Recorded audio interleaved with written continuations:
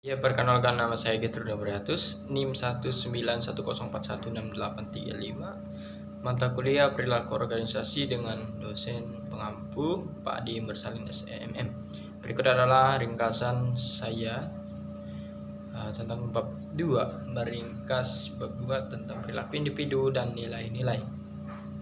Kita mulai dari pengertian perilaku. Perilaku sangat dipengaruhi oleh lingkungan di mana ia berada, baik di lingkungan keluarga, masyarakat, adat istiadat dan budaya, serta lingkungan di mana individu berada. Semakin baik kualitas lingkungan di mana individu berada, maka akan semakin baik kualitas perilaku individu yang diperankannya dalam organisasi, dan sebaliknya, semakin buruk kualitas lingkungan individu sehari-hari, maka kecenderungan kualitas individu akan memburuk pula. Hasil penelitian Nukul 2005 menyimpulkan ada pengaruh positif antara lingkungan dengan perilaku manusia. Dan demikian juga dengan hasil penelitian Hapsari dan Pradono 2009 dan Gea 2011. Untuk jelasnya pengertian perilaku didefinisikan oleh para ahli sebagai berikut. Yang pertama, 1.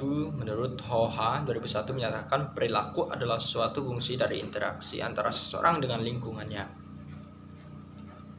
Kemudian menurut Octaviana tahun 2015 mendefinisikan perilaku adalah segenap manifestasi hayati individu dalam berinteraksi dengan lingkungan, mulai dari perilaku yang paling nampak sampai yang tidak nampak, dari yang dirasakan sampai paling yang tidak dirasakan.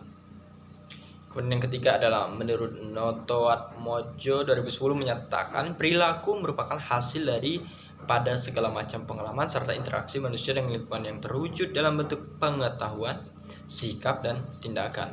Perilaku merupakan respon atau reaksi seorang individu terhadap stimulus di luar maupun dari dalam dirinya. Yang keempat, menurut Wawan 2011 memberi arti perilaku sebagai suatu tindakan yang dapat diamati dan mempunyai frekuensi spesifik, durasi dan tujuan baik disadari maupun tidak. Perilaku adalah kumpulan berbagai faktor yang saling berinteraksi. Kemudian menurut Kass dan Rosenwey tahun 1995, perilaku adalah cara bertindak yang menunjukkan tingkah laku seseorang dan merupakan hasil kombinasi antara pengembangan anatomis, fisiologis, dan psikologis. Dari pengertian yang diajukan oleh para ahli tersebut, dari kelima ahli tadi itu, maka dapat disimpulkan bahwa yang dimaksud dengan perilaku adalah pengetahuan, sikap, dan tindakan individu baik yang tampak maupun tidak tampak yang dipengaruhi oleh lingkungan di mana dia berada. Kemudian setelah tadi yaitu tentang pengertian perilaku, kemudian yang kedua ini adalah pengertian perilaku individu. Perilaku individu adalah cikal bakal dari perilaku organisasi. Perilaku organisasi merupakan gabungan atau totalitas dari perilaku individu dan lain-lain yang ada di dalam organisasi. Perilaku individu berinteraksi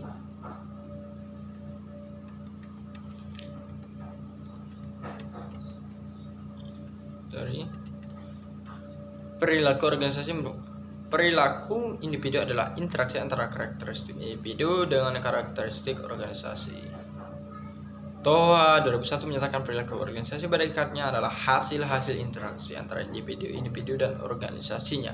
Untuk lebih jelasnya pengertian perilaku individu dapat diamati dari definisi perilaku individu yang diajukan oleh para ahli, yaitu Robbins menyatakan bahwa perilaku individu adalah meliputi karakteristik biografis, kemampuan kepribadian, dan pembelajaran.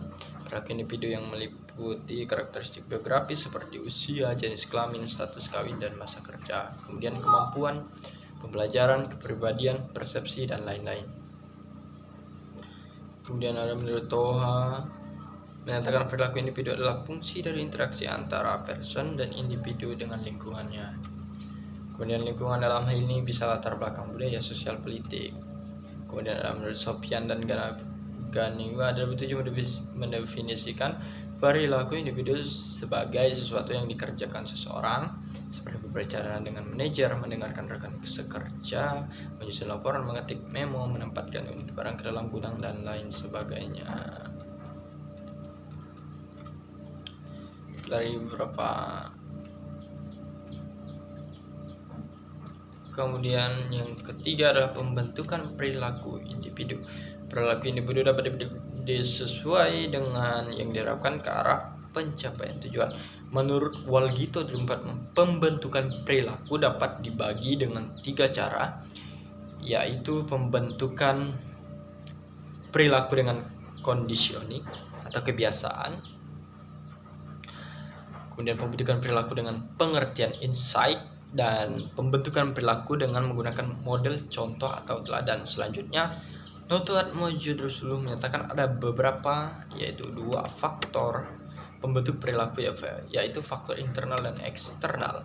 Supaya faktor eksternal dimaksudkan di sini yaitu semua faktor yang berasal dari dalam diri individu seperti motivasi, persepsi, minat, kebiasaan, dan sebagainya yang mendorong individu berperilaku. Kemudian ada 2 faktor eksternal, yaitu faktor yang berasal dari luar diri individu seperti sosial, budaya, politik, dan lingkungan lainnya yang membentuk perilaku individu. Yang kemudian keempat, nilai-nilai perilaku individu. Nilai-nilai adalah sekumpulan dari nilai. Nilai adalah segala sesuatu yang dianggap baik dan berharga bagi kehidupan manusia.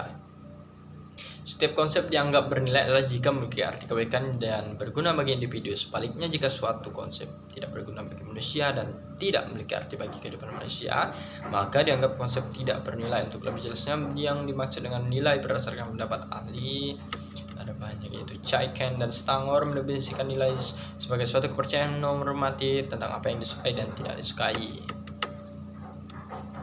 Dan banyak lagi para ahli yang menyatakan seperti itu. Kemudian ada menurut Chatib 1996 memberi arti nilai sebagai sesuatu yang bersifat abstrak. Ia ideal, bukan benda konkret, bukan fakta, bukan hanya persoalan benar dan salah yang menuntut pembuktian empirik, melainkan soal penghayatan yang dikehendaki, disenangi dan tidak disenangi. Hoda 2003 menyatakan paling tidak ada 6 pengertian dari nilai sebagai berikut. Yang pertama, sesuatu yang fundamental yang dicari orang sepanjang hidupnya. Yang kedua, sesuatu kualitas atau tindakan yang berharga, kebaikan, makna, atau pemenuhan karakter untuk kehidupan seseorang. Yang ketiga, suatu kualitas atau tindakan yang membentuk identitas seseorang sebagai pengevaluasian diri, penginterpretasian diri, dan pembentukan diri. 4, suatu kriteria fundamental bagi seseorang untuk memilih sesuatu yang baik di antara berbagai kemungkinan tindakan. Yang keempat, suatu kriteria fundamental. Yang kelima, suatu standar yang fundamental yang dipegang oleh seseorang ketika bertingkah laku bagi dirinya dan orang lain. Yang keenam, suatu objek nilai, suatu hubungan yang tepat dengan sesuatu yang sekaligus membentuk hidup yang berharga dan identitas kepribadian seseorang. Objek nilai mencakup karya seni, teori ilmiah, teknologi, objek yang disucikan, budaya, tradisi, lembaga orang lain, dan alam itu sendiri. Baiklah, sekian untuk ringkasan bab 2 perilaku organisasi. Terima kasih.